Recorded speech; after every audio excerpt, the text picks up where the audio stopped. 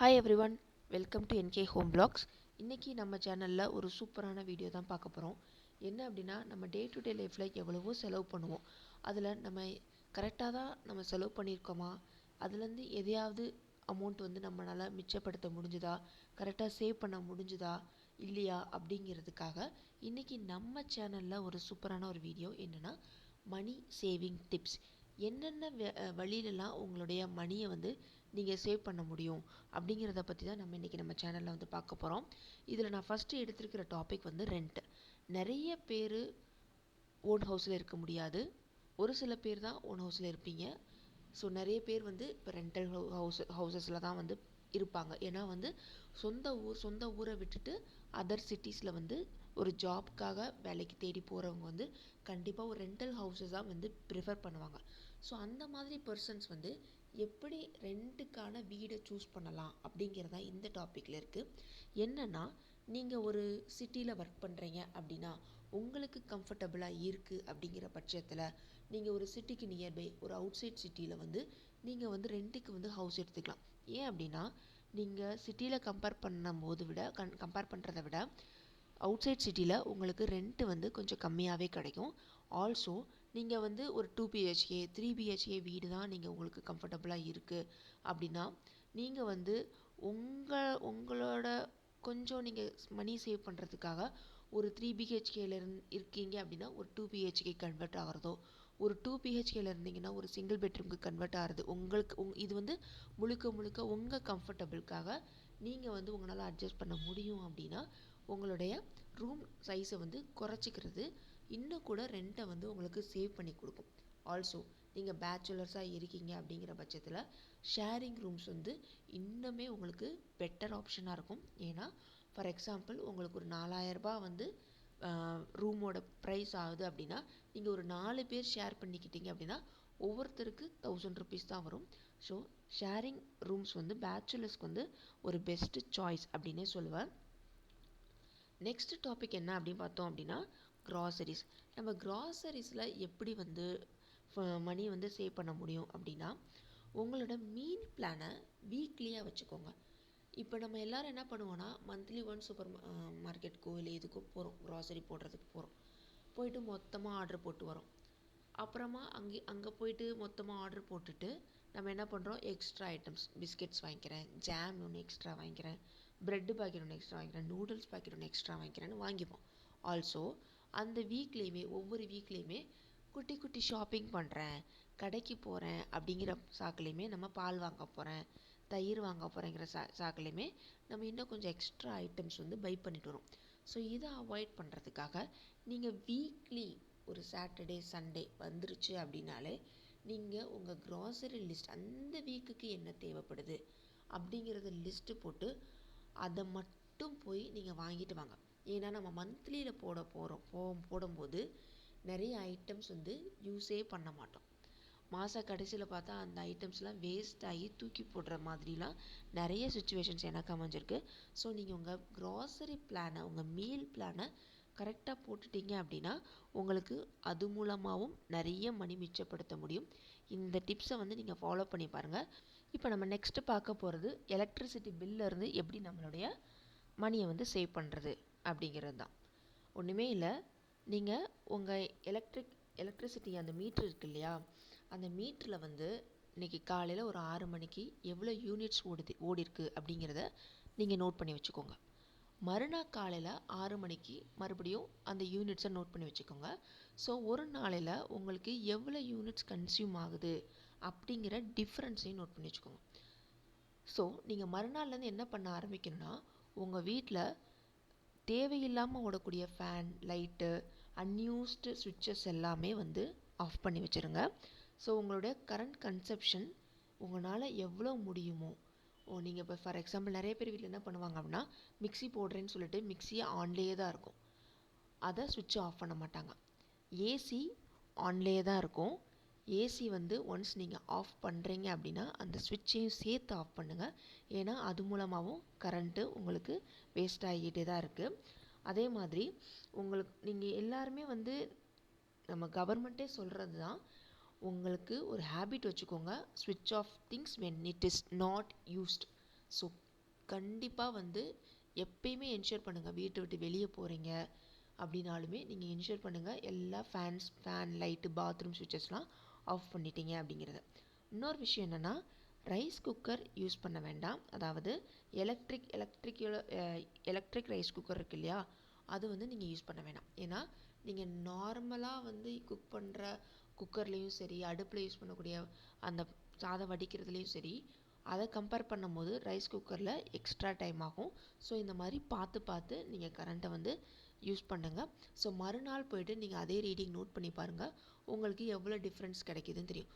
ஒரு யூனிட் நம்மளுக்கு கம்மியாக கிடைச்சாலுமே நம்மளுக்கு வந்து அது லாபமான ஒரு விஷயந்தான். நெக்ஸ்ட் வந்து கேஸ் பில் வந்து இப்போ வந்து ஓவர் ப்ரைஸ்டு தான் சொல்லணும். நான் வந்து ஒரு 10 வருஷத்துக்கு முன்னாடி நான் கேஸ் வாங்கினது வந்து ஒரு 400 ரூபாய் 500 ரூபாய்க்கு வாங்கினேன்.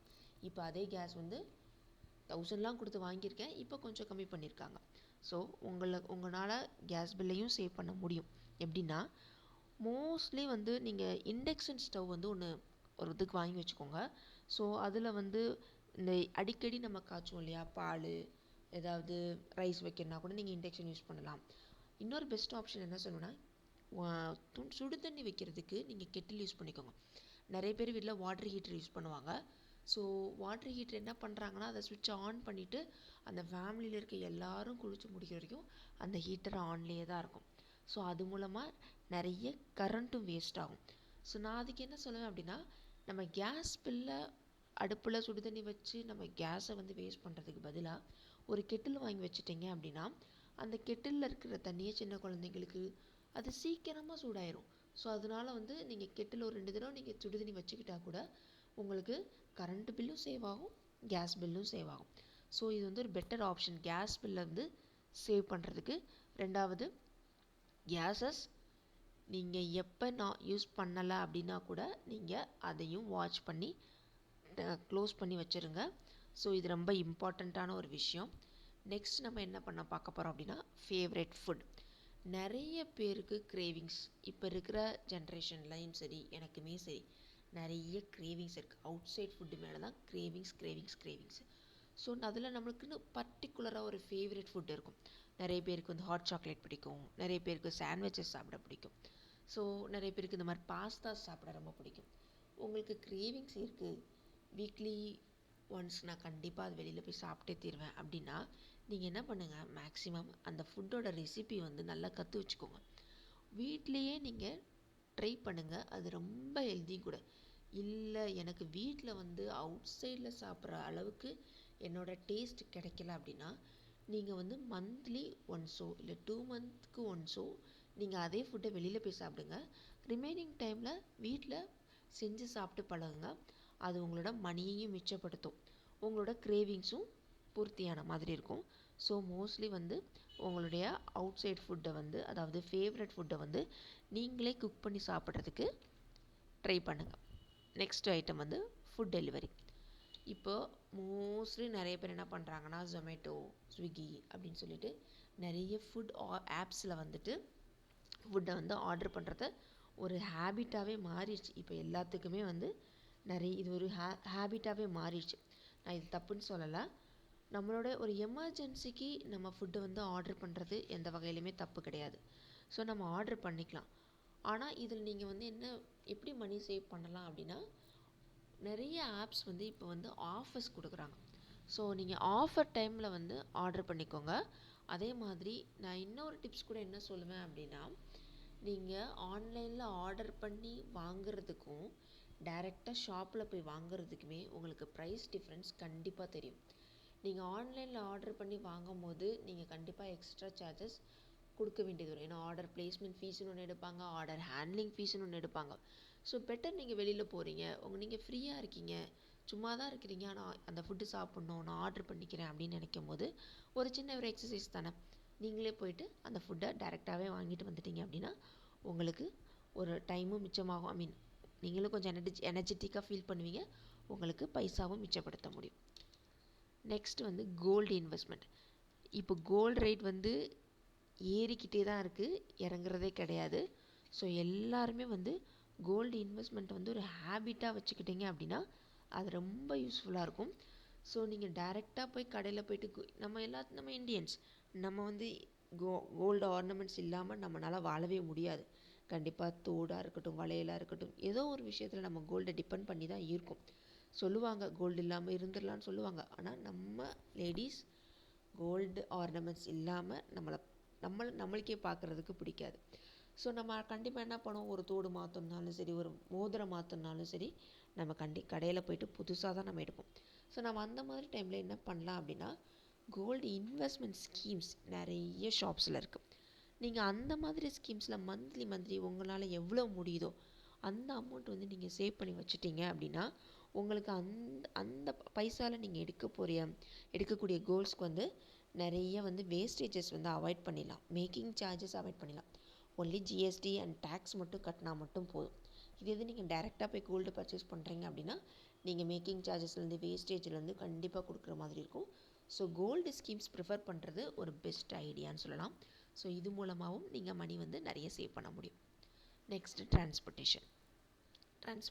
நிறைய பேர் வீட்டில் கார் வச்சுருப்பாங்க. நிறைய பேர் வீட்டில் காரோடு சேர்த்து 2 வீலரும் வச்சுருப்பாங்க. ஸோ நான் என்ன ப்ரிஃபர் பண்ணுவேன் அப்படின்னா, கார் இருக்கும்போது நம்ம என்ன பண்ணுவோம், ஒரு ஆஃபீஸ் போகிறதா இருந்தாலும் சரி, என்கிட்ட கார் இருக்குது, நான் ஏன் பஸ்ஸிலலாம் போய் கஷ்டப்படணும் அப்படின்லாம் யோசிப்போம். ஓகேவா? இது நேச்சுரலாக விஷயம். ஏன்னா நம்ம கார் வச்சுருந்தோம் அப்படின்னா அதை மெயின்டெனன்ஸ்க்காவது நம்ம எடுத்து ஓட்டி தான் ஆகணும். அது தப்புன்னு சொல்லலை. பட் நாங்கள் என்ன பண்ணோம் அப்படின்னா, ஒரு சின்ன கேல்குலேஷன் நான் பண்ணி பார்த்ததில், ஒரு வீக்குக்கு எங்களோட காருக்கு பெட்ரோல் சார்ஜஸ் வந்து 2500 ருபீஸ் ஆச்சு. அதே இது என்னோடய 2 வீலருக்கு 200 ருபீஸ் தான் நான் போட்டேன். ஸோ நான் ஆஃபீஸ் போகிறது எல்லாமே வந்து பஸ்ஸில் போய் வர்றது, இல்லை என்னோட டூ வீலர்ஸ் யூஸ் பண்ணுறது, நியர்பை ஷாப்புக்கு போகிறதுக்கு, ஒரு நியர்பை ஷாப்பிங்க்கு போகிறது கூட நீங்கள் காரை ப்ரிஃபர் பண்ணாமல் 2 வீலரை ப்ரிஃபர் பண்ணுங்கள். உங்களுக்கு நிறைய மணி வந்து ஃபியூயல் மூலமாக சேவ் பண்ண முடியும்.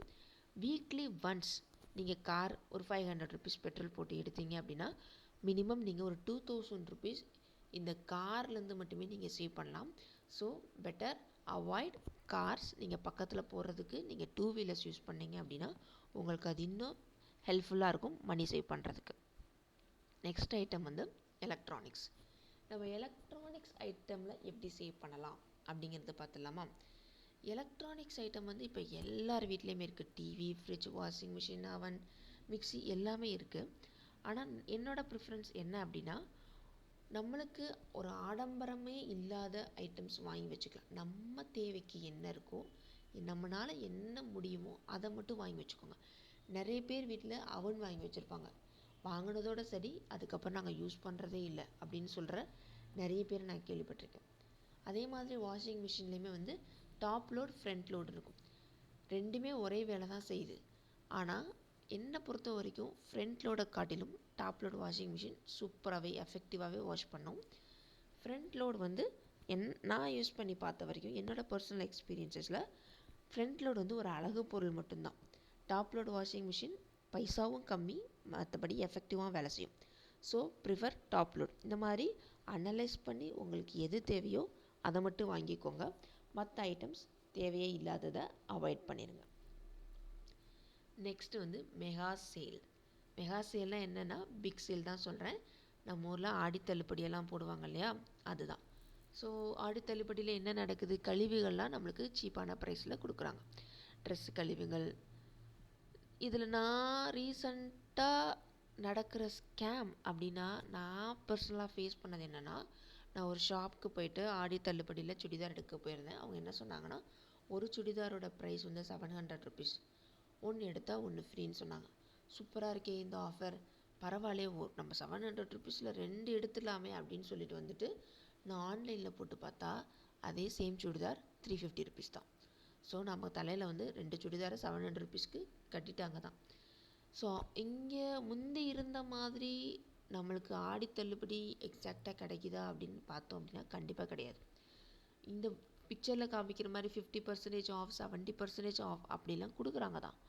பட் அந்த ப்ராடக்டோட குவாலிட்டி வந்து அதுக்கு வர்த்தா, நம்ம கொடுக்குற மணிக்கு வர்த்தா இருக்கா இல்லையா அப்படிங்கிறத அனலைஸ் பண்ணிவிட்டு சூஸ் பண்ணி வாங்குங்க. உங்களுக்கு அப்பயுமே நான் என்ன சொல்லுவேன்னா, உங்களுக்கு தேவை அப்படின்னா மட்டும் வாங்க. இப்போ நிறைய பேர் என்ன பண்ணுறாங்கன்னா, தள்ளுபடி போடுறாங்க, நான் அந்த டைமில் போய் ஷாப்பிங் பண்ணிக்கிறேன் அப்படின்னு சொல்கிற கூட்டம் இருக்குது. ஸோ தள்ளுபடி டைமில் தான் நம்ம கண்டிப்பாக ஷாப்பிங் போயே ஆகணும் அப்படிங்கிற மக்களும் இருக்காங்க தான். ஸோ தள்ளுபடியில் நம்மளுக்கு ஒழுங்கான ப்ராடக்ட் கரெக்டான ப்ரைஸில் கிடைக்குதா அப்படிங்கிறது என்ஷூர் பண்ணிவிட்டு நீங்கள் இந்த பிக் சேல்ஸ்லாம் நீங்கள் என்ட்ரி ஆகிக்கோங்க. நெக்ஸ்ட் ஐட்டம் நம்மளுடைய என்டர்டெயின்மெண்ட். நம்ம வாழ்க்கையில் என்டர்டெயின்மெண்ட் ரொம்ப முக்கியம். ஸோ நம்ம என்டர்டெயின்மெண்ட்டுக்காக நம்ம என்ன பண்ணுறோம், மூவிஸ் போகிறோம், நிறைய ஓடிடி பிளாட்ஃபார்ம்ஸ் சப்ஸ்கிரைப் பண்ணி வச்சுக்கிறோம். ஓகே, இது தப்பு சொல்லலை, மூவிஸ் போகலாம். ஸோ இப்போ நிறைய பேர் என்ன பண்ணுறாங்க அப்படின்னா, மால்ஸில் போய் மூவிஸ் பார்க்குறாங்க. ஸோ மால்ஸில் போய் மூவிஸ் பார்க்கும்போது என்ன ஆகுதுன்னா, கண்டிப்பாக டிக்கெட் சார்ஜஸும் அதிகமாக தான் இருக்கும். அங்கே போய்ட்டு நம்ம சும்மா இருக்க மாட்டோம், அங்கே போய்ட்டு கண்டிப்பாக ஸ்நாக்ஸ் வாங்குவோம். அந்த ஸ்நாக்ஸ் சார்ஜஸ் டிக்கெட் சார்ஜஸ் விட அதிகமாக இருக்குது.